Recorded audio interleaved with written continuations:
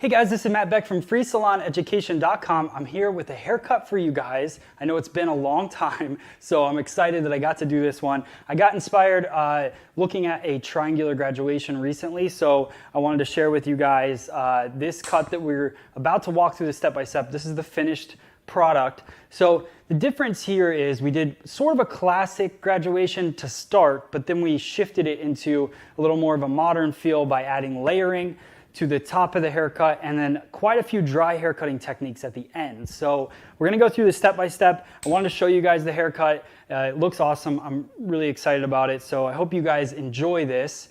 And you can use it in the salon. That's the big thing. So make sure, I would love to see your pictures. Tag us on Instagram at FreeSalonEducation or hashtag FreeSalonEducation. Also subscribe to us right here on this channel for more step-by-step videos. But right now we're gonna get started. So here is the step-by-step. Enjoy, guys. All right, guys, so we're gonna get into the haircut. I wanna start off the base of the haircut, working about an inch from the hairline with no tension whatsoever, combing the hair straight down and just using my scissors to draw a nice straight line in the back. We're gonna work this as a square line. So you'll see me elevate the hair in the very back and just put it into my comb. This does two things. It makes it easier to do the cut because it's off of the neck, but then it also has a slight over direction and pushes the hair back. You can see it a little better there. Pushes the hair back, so I get a little more weight moving forward, which will start our triangular feel to the shape moving forward in the haircut. So the reason I like to cut the hair at a flat 0 degree angle or right against the neckline at the beginning is the occipital bone's already going to play a role in creating a almost 45 degree angle for me. So if I cut it flat to the neck, because of the shape of the occipital bone, I'm pretty much creating a 45 degree angle. So that starts a nice graduation in there. If I elevate it any more, it's going to collapse the back shape. So now I'm going to go in using a vertical section straight down center back and work a line that starts off at 0 degrees and continues down to end up at about a 45 degree angle towards the bottom. So you could see coming straight off the head towards the top, and then as I work my way down, the angle shifts a little bit and I get a little bit more of a layering effect towards the bottom. So starting out 0 degrees straight off the head, and then as it works down to mid knuckle, then we're working more 90 degrees, and then staying pretty much 90 degrees all the way through at that point. So now everything's coming straight back. I'm not over directing to the center back at this point, so I'm just over directing to the previously cut section. And then when I get to the corner here, right on the edge, this is where I shift it straight back with no over direction towards the center. So it's just this section comes straight back off the ear. Now we're going to do the same thing on the opposite side. The only difference is now we're going to be pointing our finger down so you'll see my finger direction is down. Same angle, using the same guideline as before, just cutting from the bottom up instead of the top down. Same angle, you can see it's a 0 degree coming off of the top where it comes out of the mid crown area, and then towards the middle gets to more of a 45 degree and then shifts into a 90 degree angle. So it's really important. I focus a lot on head shape because a lot of people look at finger angle as the angle that is what the haircut's all about. But I really look at head shape and finger angle, because if you don't know what's going on in the head shape, then your finger angle could be messed up, and you might think you're cutting a 45 degree angle when you're really cutting a 0 degree angle. So just really focus on the head shape. Again, over directing straight back, keeping that same guideline in there. You can see it's got a nice shift of the weight forward. What I like about this, a lot of people when they cut more of an A-line shape or triangular graduation, they over direct too far back, and then they end up with too much weight in the front. So if you use that traveling guide in the back of the head, and then once you get around that corner and more behind the ear, you just over direct everything back to that point, and you won't get so much weight pushed to the front. So we're working parietal ridge down at this point, and I got stationary guide, bringing everything back to right behind the section that was right behind the ear there. So everything directed straight back, real simple. Nice elevation on this. You could elevate it more if they have higher density of hair and you want to remove a little more weight. You could over direct it higher or elevate it higher. But this is a medium density, nice mannequin head, so just straight back, working with that elevation there. So pretty simple. Same thing on this side. This is our weak side. So this is the side that she parts her hair on. So we are going to go through this same way. So now we've sectioned off the top and we're working just on the weak side of the head. And we'll go through same elevation, everything over directed straight back. So pretty standard, pretty simple at this point.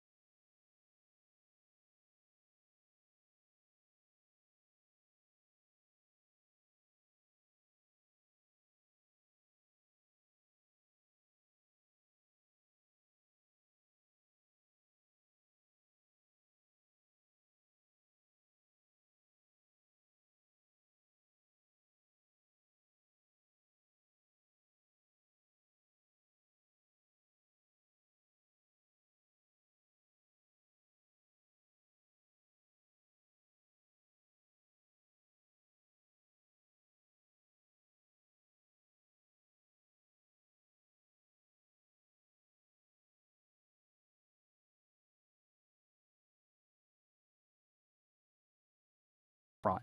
That was really the only thing with this haircut. Depending on the density of the hair, you're going to want to go in to the very front of the haircut and remove some bulk. So we're going to go through some point cutting, taking sections pretty much exactly the same as I just did wet. So we're looking at the wet relationship and the dry relationship. This is, I did cut those strong lines in there, so now I'm just going in and breaking them up using the tip of my scissor. This is the Mizutani DB20 scissor, one of my favorites for precision cutting and dry cutting. And I'm just going through and lightening up the lines. Now we're going to move into the back. The back, I just like to use the tip of the scissor. Still, again, it's the DB20 scissor. And just working through using the tip. The reason you don't want to go in sideways with the scissor and cut that line in the back is because no matter how sharp your scissor is, you're going to still push hair. So if you use the tip, you don't push the hair, you get a nice strong line in the back. So working that through. Thing I like about the DB20 scissor too, you can see the ball bearing. It's actually got a ball bearing screw to it, so it's got a nice smooth open and close to the scissor. Now we're going to go in with the tease cutting technique. This, I'm just pinching the hair. So I comb a vertical section or a vertical parting in the hair, and then I elevate with my hand depending on, again, the density, but I'm going to elevate straight out pretty much on this, and I'm going to go in half closing my scissor and just working in the texture to the haircut. This is on the weak side, guys, so really what you noticed before, I didn't add any layering to the weak side really, so I was just over directing everything back. So there's a little extra weight in the weak side, and I don't mind that. And a lot of times with the weak side, what I'll do is I'll leave some of that weight and then blow it dry and see how the weight looks on both sides of the haircut and how it matches up. And then I can go in and customize the weaker side of the haircut, because if you layer the weak side too much, then you're going to have, your client's going to have challenges styling it, and the haircut's just not going to look super balanced. So that's just a personal preference of mine. Other people might do it differently, but that's how I like to do it. So more tease cutting, just going through. I love this technique because first off, you're just pinching little pieces that you see that you want to add a little bit more movement to, and you can do it as much or as little as you want by the amount of hair that you pick up. So that's pretty much it on that. Again, it's going in, half closing the scissor. Don't close all the way, but you are cutting. And a little bit of slide cutting just to finish up the heavy side, guys. So just a little open and close, and there you go. That's the haircut. Okay, so that's the video. I hope you guys enjoyed it. Make sure you hit that subscribe button and post below if you want to see any haircuts out there. I would love to do them for you. So post in the comments anything that inspires you, maybe a celebrity name, whatever you want. I would love to walk you through the step-by-step of that haircut. So hope you guys enjoyed this triangular graduation. Hit the thumbs up, hit the subscribe, and check us out on freesaloneducation.com. Thanks, guys, and we'll see you on the next video.